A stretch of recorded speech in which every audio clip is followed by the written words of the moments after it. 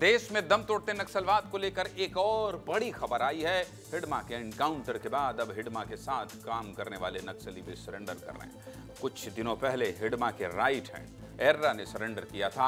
अब battalion number 1 के नक्सली भी सरेंडर कर रहे हैं। बीजापुर में 41 माओवादियों ने नक्सल विचारधारा को छोड़ मुख्य धारा में शामिल होने का फैसला किया है। इन नक्सलियों पर कुल 1,19,00,000 का इनाम घोषित था। जिन नक्सलियों ने समर्पण किया है उनमें हिडमा और देवा की बटालियन के लड़ाके भी शामिल हैं। कुछ वक्त पहले तक ये देश भर में नक्सल संगठन के सबसे खतरनाक लड़ाके माने जाते थे।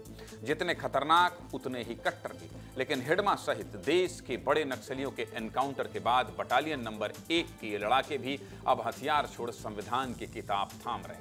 आज संविधान दिवस के दिन ही बीजापुर में एक बार फिर लोकतंत्र और मजबूत होने की ये तस्वीर सामने आई। बीजापुर में किन किन नक्सलियों ने सरेंडर किया है उनके बारे में भी आपको बता देता हूं।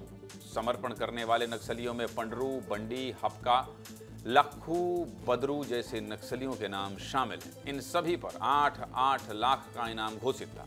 साल 2025 नक्सल संगठन के इतिहास का सबसे बुरा साल साबित हुआ है।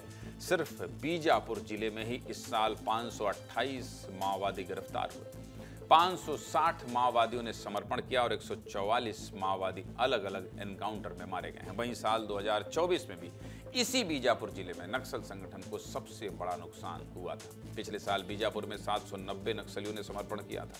1031 नक्सली गिरफ्तार हुए थे। वहीं 202 नक्सली अलग अलग एनकाउंटर में ढेर हुए थे। ये तो छत्तीसगढ़ के दक्षिणी हिस्से की बात हो गई, लेकिन राज्य के उत्तरी हिस्से में खैरागढ़ से भी 2 माओवादियों के समर्पण की खबर आई।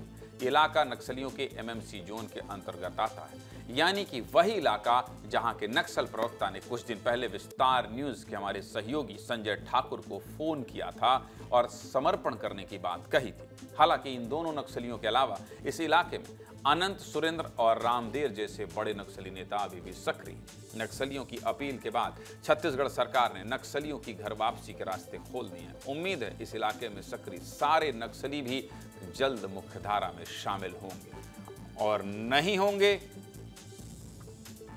कुछ छिपा नहीं होंगे तो पाताल से निकालकर मारे जाएंगे।